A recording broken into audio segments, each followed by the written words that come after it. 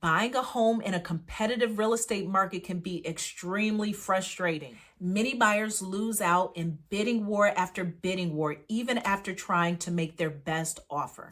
Today, I'll give you 3 advanced strategies that home buyers are using to win bidding wars and secure their dream home. By the way, I'm Latasha Chedda, broker with Properties Christie's International Real Estate. If you'd like more advice on buying and selling in Chicago's Northwest suburbs, don't forget to subscribe to my channel and hit that bell for notifications. So in a strong seller's market, it's common to hear about homes that had 5, 10, even 20 or more offers. So you're probably wondering, how do I make my offer stand out against the competition? Today we'll be discussing 3 of those things that you need to know to help you to win in today's competitive market. First one we'll talk about is the escalation clause. So this will be something that will be submitted along with your offer if you decide to use it.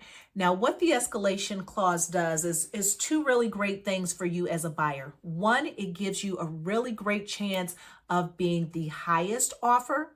And the second thing it does is it actually helps you to possibly save money by limiting how high you go on your offer. So it's kind of a great combination there for you. So let's talk about what this looks like. The escalation clause states that you will increase your offer by X amount of dollars above the highest competing offer. Now, you can also put a cap on that to say, I'll go, for example, $5,000 higher than the highest competing offer, but not to exceed X amount of dollars. So that gives you a way to be the highest offer, but also gives you a safety net that it's not going to go above a certain amount.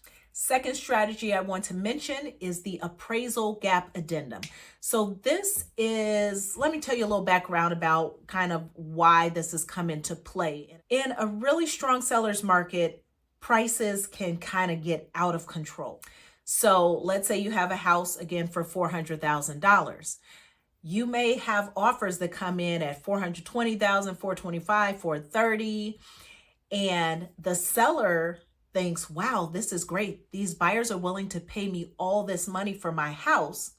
The only issue is, I don't think my house is going to appraise for that much, right? So the sellers want to get that dollar amount, but they also want to protect themselves because if the appraisal comes in low, typically that would be a point of renegotiation. So with the appraisal gap, the way it would work is it would state that you as the buyer are willing to make up the gap. You're willing to make up the difference if the appraisal comes in low. So let's say the house is listed for $400,000.